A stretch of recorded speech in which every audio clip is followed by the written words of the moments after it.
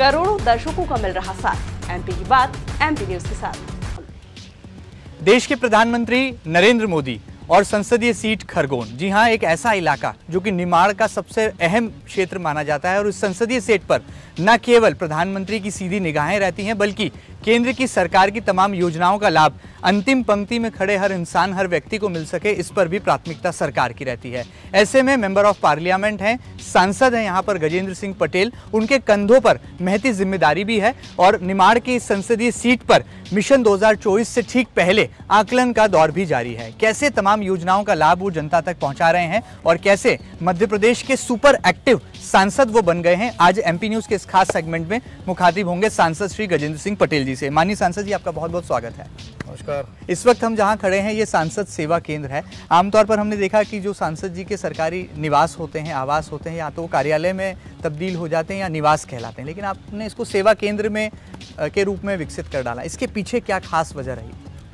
सबसे पहले तो मैं आपके माध्यम से देश के प्रधानमंत्री आदरणीय नरेंद्र मोदी जी के विचारों को धन्यवाद दूंगा। उन्होंने कहा कि जनप्रतिनिधि बनना मतलब सेवा काम के लिए आगे बढ़ना जी। और इसलिए कहा उन्होंने कि सेवा, सुशासन और गरीब कल्याण जी। और इसलिए सेवा शब्द उन्होंने सबसे ऊपर रखा। इसलिए उन्होंने कहा कि देश के 130 करोड़ जनता की सेवा करने का अवसर मिला और सेवा करने के लिए मैं प्रधानमंत्री बना हूँ। बिल्कुल। और इसलिए सभी सांसदों को उन्होंने संदेश दिया था कि आप भी अपने क्षेत्र में एक सेवा प्रकल्प खोलें, तो जिसके माध्यम से जनता को मिलने वाली सुविधाएं जी और उनको एक पहुंच व्यवस्था हो जाए, जिसमें सेवा केंद्र पर वो आए और उनको कहीं न कहीं सरकार की योजना का लाभ मिले जी। और इस प्रकार से जो ऐसे प्रकार के हितग्राही हैं, कोई जनता के कोई काम है, उनका काम सुलभता से हो पाए। और इसलिए मैंने मेरे खरगोन बड़वानी जो मेरी लोकसभा है जी, इस लोकसभा में 2 डिस्ट्रिक्ट हैं और दोनों जिलों में मैंने सांसद सेवा केंद्र खोला है जी। आज हम बड़वानी मुख्यालय पर हैं, जहाँ पर बड़वानी जिले का सांसद सेवा केंद्र है। ऐसा कैसा हमारा खरगोन जिला, जहाँ पर 4 विधानसभा मेरी लगती है जी। तो 4 बड़वानी में और 4 खरगोन में, ऐसे दोनों जिलों में मैंने सांसद सेवा केंद्र खोले हैं जी, जहाँ से मैं जनता की सेवा करने के लिए मेरे कार्यालयीन स्टाफ और मैं पार्टी के अन्य कार्यकर्ता पदाधिकारी भी यहाँ पर आते हैं जी, जिनके माध्यम से जनता के काम करने का पूरा प्रयास कर रहे हैं। बिल्कुल। प्रधानमंत्री जी कहते हैं कि वो प्रधानमंत्री नहीं, प्रधान सेवक हैं, तो क्या आप भी उन्हीं की लाइन पर जो है जन सेवक बनने की परिभाषा को परिपूर्णता दे रहे हैं और क्षेत्र में लोकप्रिय भी होते जा रहे हैं? निश्चित तौर पर देश के प्रधानमंत्री जी ने एक कॉन्सेप्ट क्लियर करा है कि जनता का प्रतिनिधि जनता की सेवा के लिए जी। और इसलिए वो एक राजा बनकर ना काम करे, एक सेवक बनकर काम करे जी। और इसलिए उन्होंने कहा कि एक सेवक बनकर काम करके जनता की सेवा अत्यधिक करें जी। और इसलिए उनके ही मार्गदर्शन पे, उनके ही मार्ग पर चलने का हमने एक मार्ग प्रशस्त किया है। और मुझे इस बात की बड़ी खुशी है जी कि 2019 के चुनाव में मुझे पार्टी ने अवसर दिया और मैं खरगोन बड़वानी से सांसद हुआ हूँ। और इसलिए भारतीय जनता पार्टी की जो विचारधारा है जी, उस विचारधारा के अनुरूप कि तेरा भी हो अमर रहे माँ, हम दिन 4 रहे न रहे, बिल्कुल माँ भारती की सेवा के लिए हम लोग काम कर रहे हैं। इस क्षेत्र की जनता आत्मनिर्भर बने, क्षेत्र का विकास हो, क्षेत्र का डेवलपमेंट हो, क्षेत्र की जनता, समाज का वर्ग संगठित होकर इस क्षेत्र का विकास करे। इसी दृष्टिकोण से मैं खरगोन बड़वानी के क्षेत्र में काम करने का मैं पूरा प्रयास कर रहा हूँ। बिल्कुल। अगर हम बात करें 2019 की, तो जब लोकसभा चुनाव थे, खुद प्रधानमंत्री नरेंद्र मोदी सभा लेने आते हैं आपकी संसदीय सीट पर, बहुत तूफानी उनका जो है अंदाज होता है और जीत का कमल भी वैसा ही खिलता है। और गजेंद्र सिंह पटेल साहब जब चुनकर के संसद में जाते हैं तो अपनी प्राथमिकताएं तय करते हैं। हमने देखा कि इस इलाके की एक बड़ी समस्या थी सिकल सेल एनीमिया, उसको दूर करने के लिए आपने कई यहाँ पर महती पहल शुरू की। टीबी मुक्त आपका संसदीय क्षेत्र बन सके, इसके लिए क्या प्राथमिकताएं आपने तय की थी और किस हद तक वो क्रियान्वित हो पाई?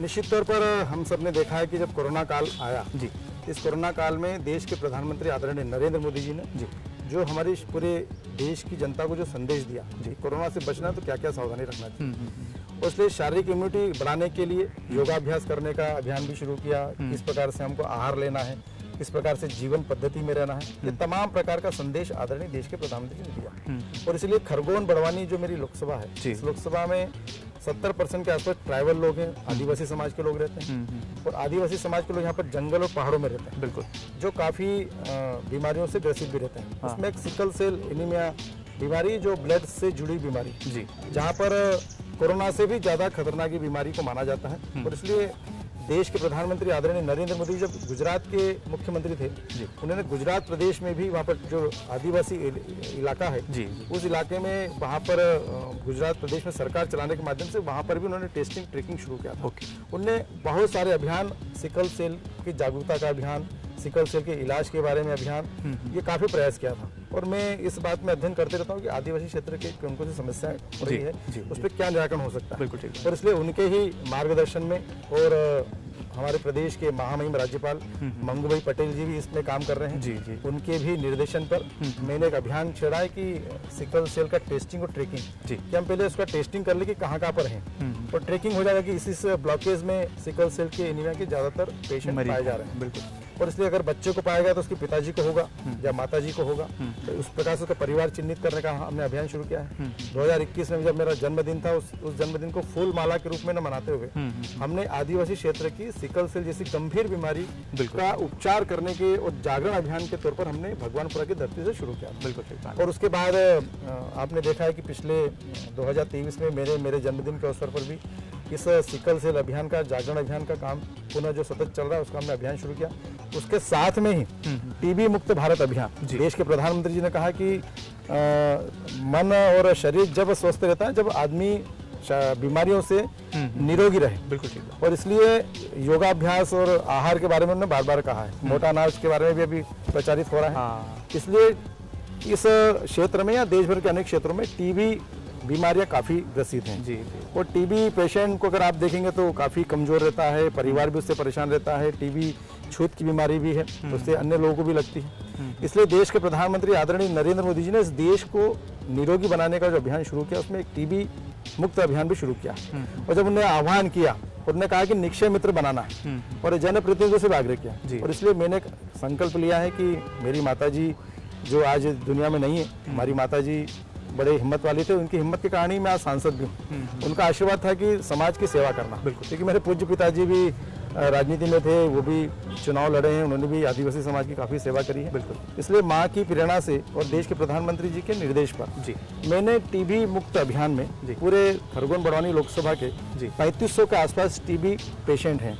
और उसमें से 2758 पेशेंट जो है वो गरीब हैं, जो नीडी लोग हैं, जो मेडिसिन तो उनको हॉस्पिटल से मिल रही है, परंतु अगर उनको पोषण नहीं मिलेगा, शरीर में उनको लड़ने की ताकत के अनुसार उनको पौष्टिक तत्व नहीं मिलेंगे, तो वो न लड़ पाएंगे न टीबी से मुक्त हो पाएंगे। इसलिए आदरणीय मोदी जी ने जो मापदंड तय किए हैं टीबी पेशेंटों के पोषण आहार किट के लिए, उसमें आटा है, दाल है, भुने हुए चने हैं, मूंगफली के दाने हैं, तो इसलिए मैंने 2758 टीबी पेशेंटों को हमने गोद लिया है।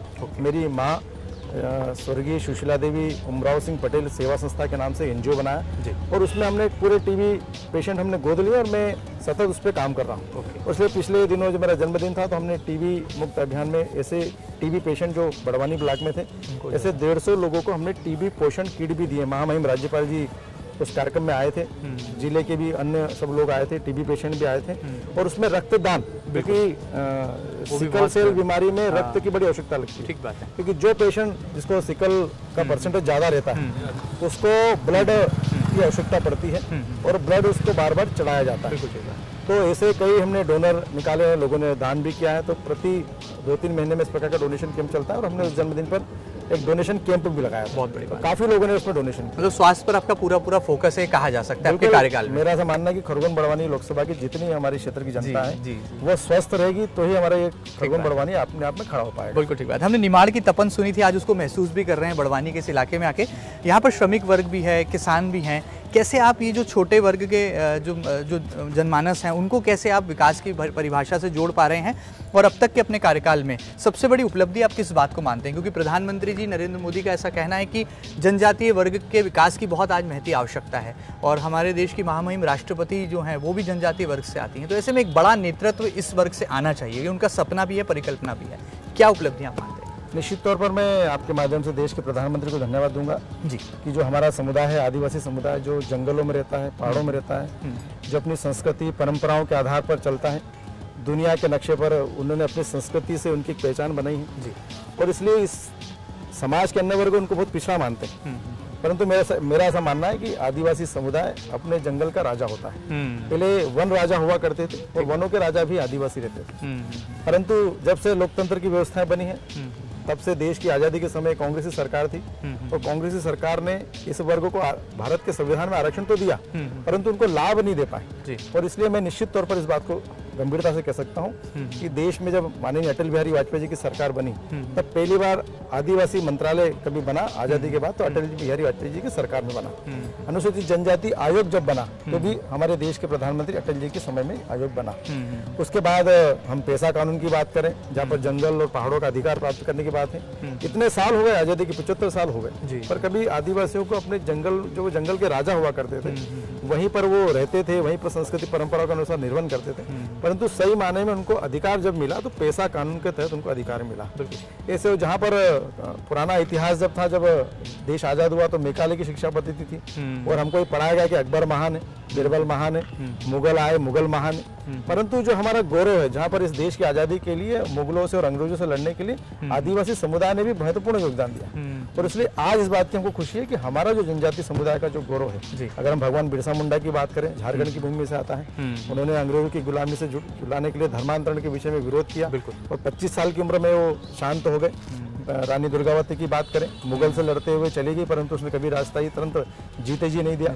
शहीद भीमा नायक की बात करें, शहीद ख्वाजा नायक की बात करें, रानी गाडगी की बात करें, ऐसे तमाम ऐसे सैकड़ों क्रांतिवीर जनजाति समुदाय के थे जिनको इतिहास के पन्नों में छुपा दिया गया और हमको पढ़ाया गया कि अकबर महान है। और इसलिए मैं देश के प्रधानमंत्री जी का हृदय से आभार व्यक्त करता हूँ कि उन्होंने पहली बार हमारा जो गौरव दिवस है आदिवासी समुदाय का, वो 15 नवंबर को भगवान बिरसा मुंडा जी की जन्म जयंती पर मनाने की घोषणा भी करी और पूरे तमाम देश भर के जनजातीय समुदाय ने इस दिन को गौरव रूप में मनाने का फैसला भी लिया।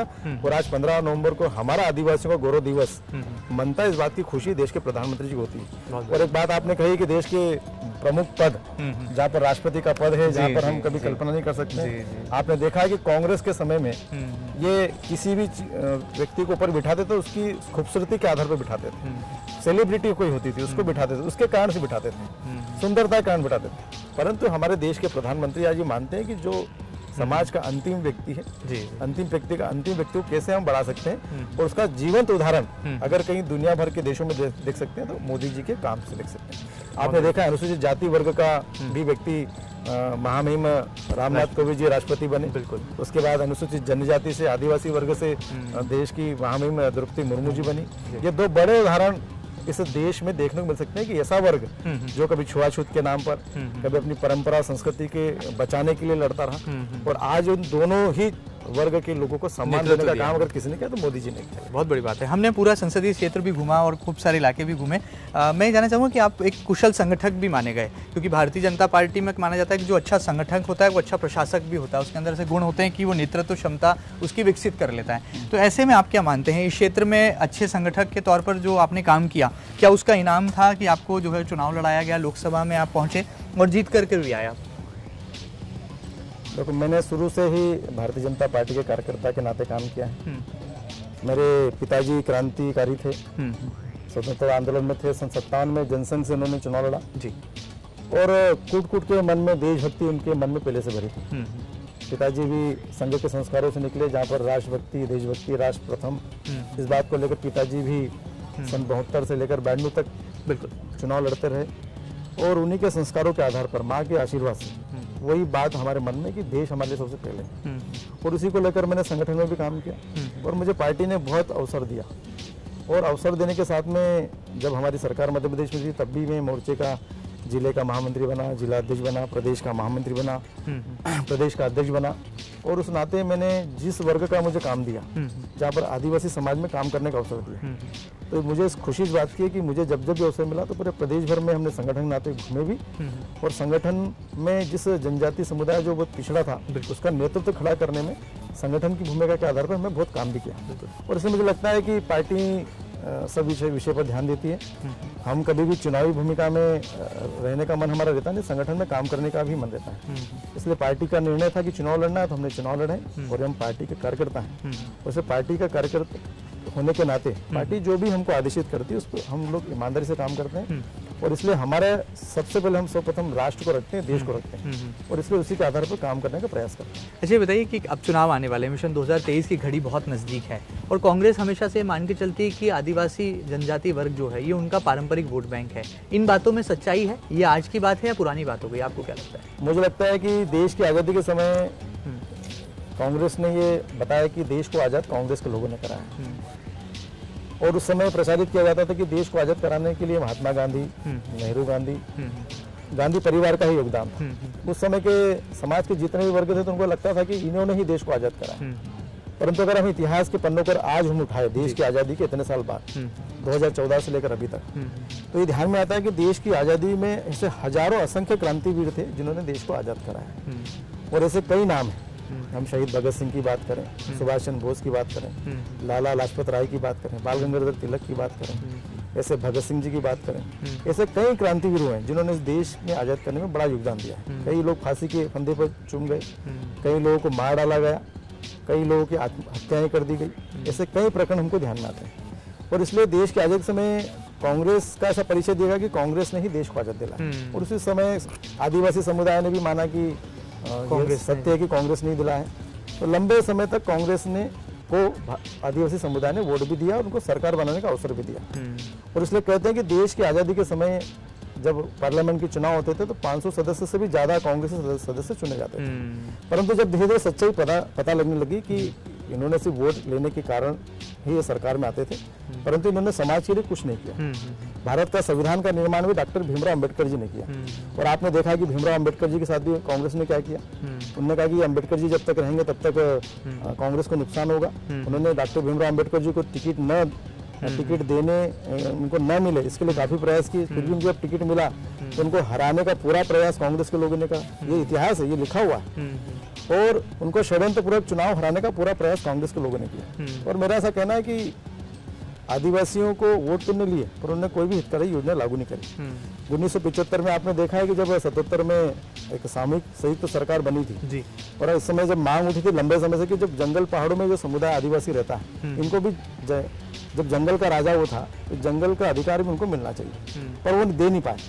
पहली बार 77 में जब मुरारी जी देसाई की सरकार बनी, संयुक्त सरकार बनी, जिसमें जनता पार्टी थी, उस समय जनसंघ था हमारा, और उसमें वनाधिकार के पट्टे देने का काम भी पहली बार उस समय की हमारी अपनी सरकार ने किया। कभी कांग्रेस सरकार ने नहीं करा।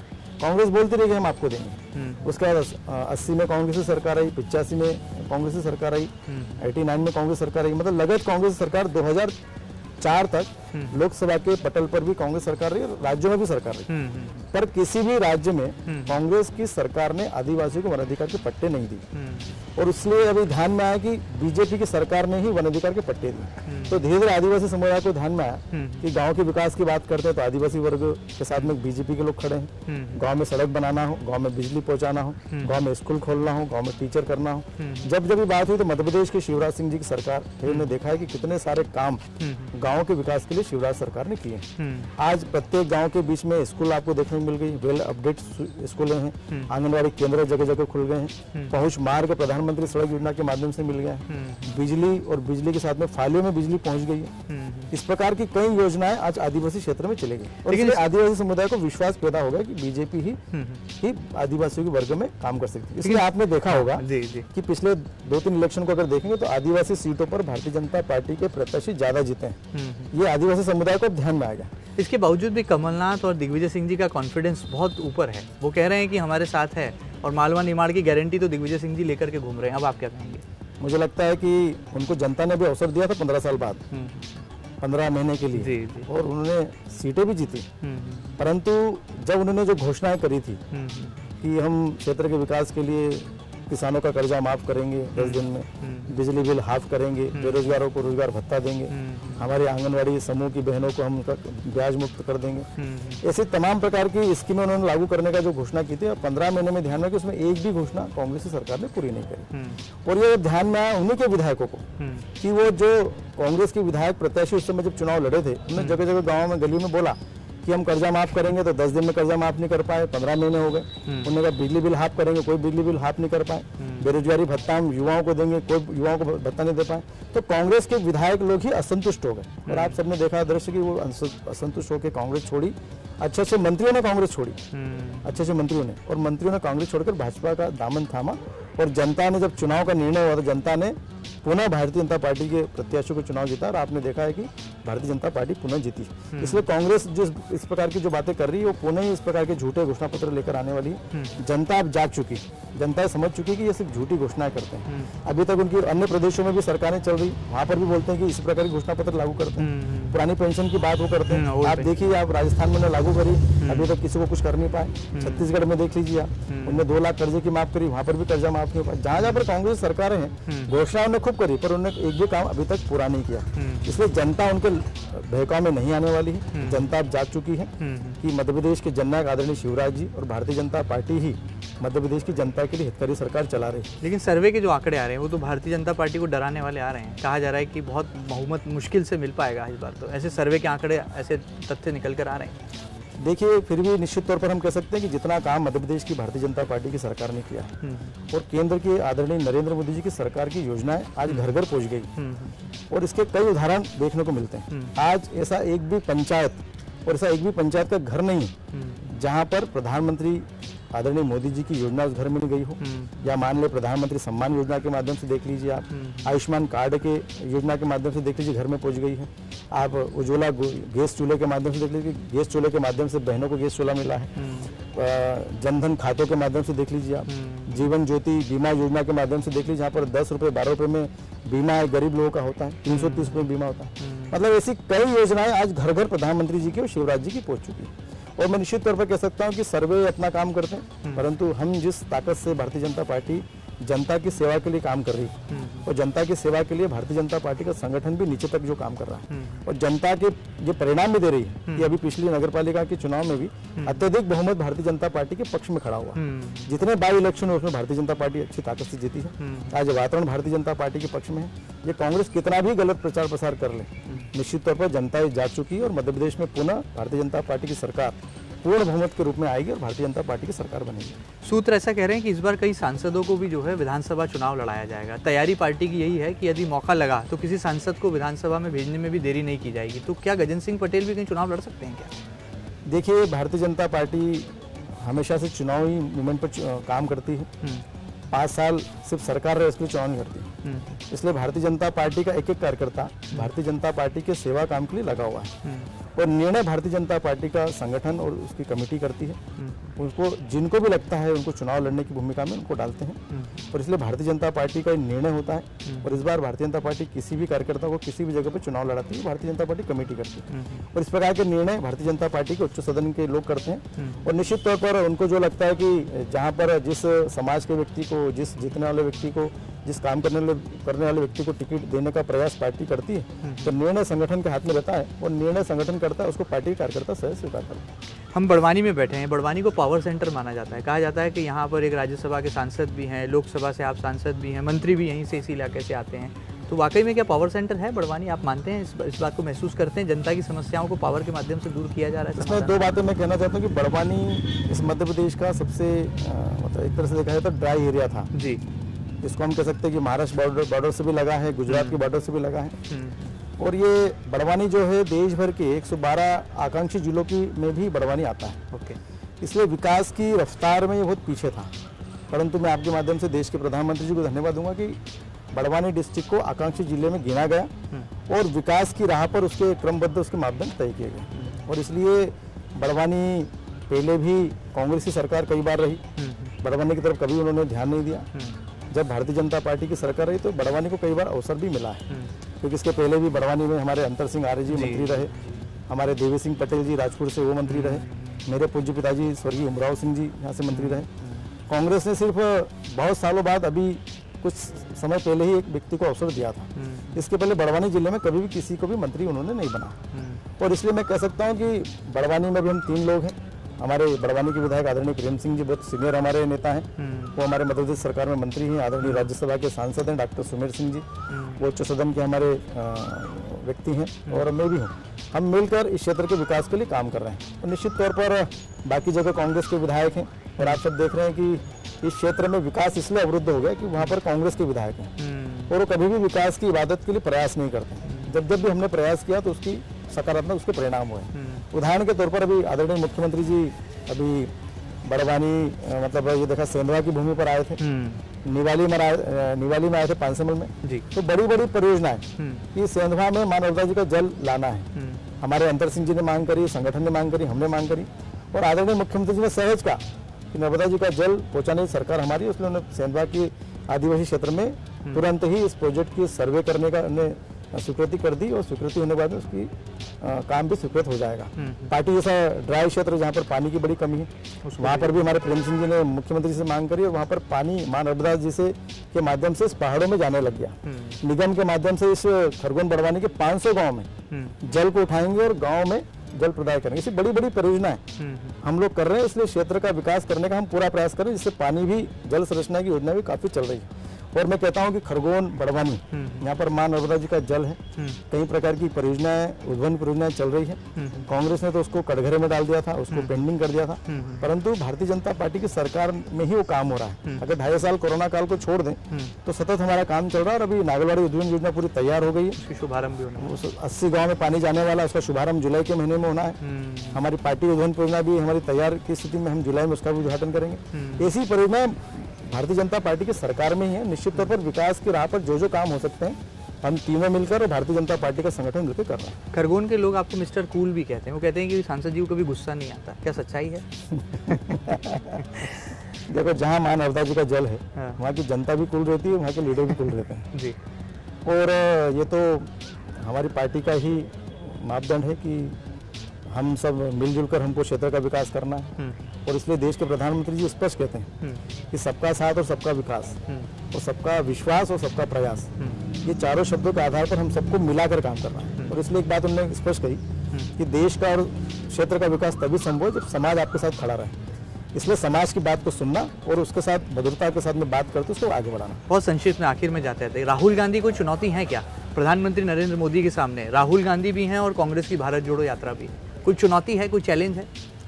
मुझे लगता है कि भारतीय जनता पार्टी के पास नीति भी है, हमारी नीति भी स्पष्ट है और हमारे पास देश के प्रधानमंत्री आदरणीय नरेंद्र मोदी जैसा नेतृत्वकर्ताधारी भी है। इन तीनों आधारभूत पर भारतीय जनता पार्टी काम कर रही है और इसलिए ये नेतृत्व दुनिया के लोगों ने स्वीकार किया है। पहले भारत की समस्याओं को लेकर हमको संयुक्त राष्ट्र संघ में जाना पड़ता था, आज दुनिया की समस्याएं देश के प्रधानमंत्री आदरणीय नरेंद्र मोदी जी के पास दुनिया के लोग आ रहे हैं। ये हमारी नेतृत्व करने की क्षमता है। इसलिए मुझे लगता है कि उस बात जो आपने प्रश्न पूछा उसका उत्तर ये कि हमारे पास नीति भी है, नियत भी है और नेतृत्व करता भी, इसलिए हम सफल है और इसलिए देश उसको स्वीकार कर रहा है। चलिए, आखिर में जाते जाते आपका रिपोर्ट कार्ड तो जनता बताएगी 2024 में क्या संदेश होगा मध्य प्रदेश की जनता के लिए और खासतौर पर खरगोन संसदीय क्षेत्र की जनता के लिए उनके सांसद गजेंद्र सिंह जी का? मुझे ऐसा लगता है कि मध्य प्रदेश में 2023 के चुनाव अभी होने वाले हैं। सतत मध्य प्रदेश की सरकार ने और भारतीय जनता पार्टी के संगठन ने दिन रात मध्य प्रदेश की जनता के लिए काम किया है। आप भी देख रहे हैं कि मध्य प्रदेश के जननायक आदरणीय शिवराज जी, मध्य प्रदेश के भारतीय जनता पार्टी के प्रदेश के अध्यक्ष आदरणीय विष्णुदत्त शर्मा जी और संगठन के सभी कार्यकर्ता दिन रात जनता की सेवा के लिए नीचे तक काम कर रहे हैं। और इसलिए आपने देखा है कि मन की बात अगर देश के प्रधानमंत्री जी करते हैं तो ये आह्वान रहता है कि बूथ पर बैठा हुआ व्यक्ति भी मन की बात को सुने। देश के प्रधानमंत्री का संदेश अगर दुनिया के सामने रहता है तो वो भी बूथ पर और गांव में लोगों सुने। तो इसलिए सरकार की पूरी योजना, अगर प्रधानमंत्री आवास योजना के माध्यम से किसी हितग्राही को अगर लाभ देना है तो डायरेक्ट दिल्ली से उस हितग्राही के अकाउंट में पैसा आ जाए। बीचोलियों का रास्ता सब खत्म कर दिया। मतलब बात कहना मैं चाहता हूँ कि उस समय जब कांग्रेस की सरकार थी तो कांग्रेस के प्रधानमंत्री जी ने भी कहा था कि हम 1 रुपया नीचे भेजते हैं तो 15 पैसे नीचे पहुंचता है, क्योंकि 85 पैसा भ्रष्टाचार की भेंट चढ़ता है। कांग्रेस के प्रधानमंत्री जी ने कहा। आज देश के प्रधानमंत्री जो सीधा पैसा भेजते हैं तो डायरेक्ट हितग्राही के खाते में अगर 1 रुपया भेजा है तो 1 का 1 रुपया उसके खाते में डालते हैं। ये हमारी भारतीय जनता पार्टी की सफलता भी और ये विश्वास भी। और इसलिए मैं आपके माध्यम से संदेश देता हूं कि क्षेत्र की जनता के लिए बहुत सारी योजनाएं चल रही है। महिला वर्ग हो, पुरुष वर्ग हो, किसान वर्ग हो, मजदूर वर्ग हो, हमारा अनुसूचित जाति का वर्ग हो, अनुसूचित जनजाति का वर्ग हो, समाज के तमाम प्रकार के जितने भी वर्ग हैं, तमाम वर्गों के लिए मध्य प्रदेश की सरकार और केंद्र की सरकार ने बहुत योजनाएं लागू की। और लाडली बहना योजना ने ऐतिहासिक चमत्कार किया है कि लाडली बहना जो बहन अपने घर में रहती है, घर का राशन पानी चलाती है, घर का खर्चा चलाती है, भाई सगा भाई साल में एक बार रक्षाबंधन के अवसर पर आता है और एक उस रक्षाबंधन के अवसर पर कुछ करता है। परंतु एक भाई ऐसा है जो सभी बहनों का भाई है और 1 करोड़ 25 लाख बहनों के खाते में पिछले महीने 1000 रुपये प्रति महीना उनको चले भी गया और अगले महीने से 1250 रुपये भी महीना हमारी बहनों को मिलने वाला है। इसी तमाम प्रकार की योजनाएं हमारे भाइयों बहनों, हमारे छात्रों के लिए साइकिल की योजना है, छात्रवृत्ति की योजना है, छात्रावास की योजना है, मतलब मैं योजना गिनाऊंगा तो बहुत सारी है जी। परंतु मेरा आपके माध्यम से सिर्फ जनता से आग्रह है कि तमाम वर्गों के बारे में हमारी मध्य प्रदेश की सरकार ने काम किया है, इस विश्वास के साथ में कि जनता का विकास होना चाहिए, क्षेत्र का विकास होना चाहिए। और इसलिए मैं आपके माध्यम से आह्वान करता हूँ खरगोन बड़वानी क्षेत्र की जनता कि इस बार के चुनाव में जिस विश्वास के तौर पर आपने लोकसभा में मुझे वोट दिया है, मैंने पूरा प्रयास किया है कि इस लोकसभा में मैं सेवा कर पाऊँ।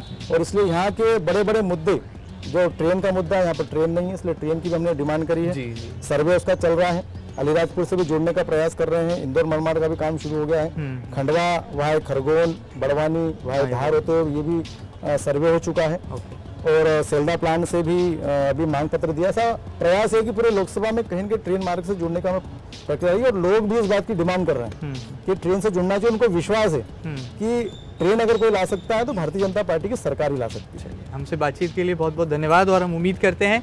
तो आप थे खरगोन के सांसद जिनकी खरी खरी बात आप सुन रहे थे। नाम गजेंद्र है, गजराज की तरह नेतृत्व करते हैं और इंद्र की तरह योजनाओं की बरसात भी करते हैं। देखना बहुत लाजमी होगा कि मिशन 2023 की उल्टी गिनती शुरू हो चुकी है और मिशन 2024 यानी कि लोकसभा चुनाव भी ठीक उसके बाद आने वाले हैं। ऐसे में इस क्षेत्र की जनता क्या कुछ अपना फैसला सुनाती है और कैसे अब तक के प्रधानमंत्री के मन की बात को कितना जनता भी आत्मसात कर पाती है। एक खास बातचीत आपको कैसी लगी हमें जरूर बताइएगा और ताज़ा तरीन खबरों के लिए लगातार बने रहिएगा आपके अपने न्यूज़ चैनल MP न्यूज़ के साथ। फिलहाल दीजिए इजाजत, नमस्कार।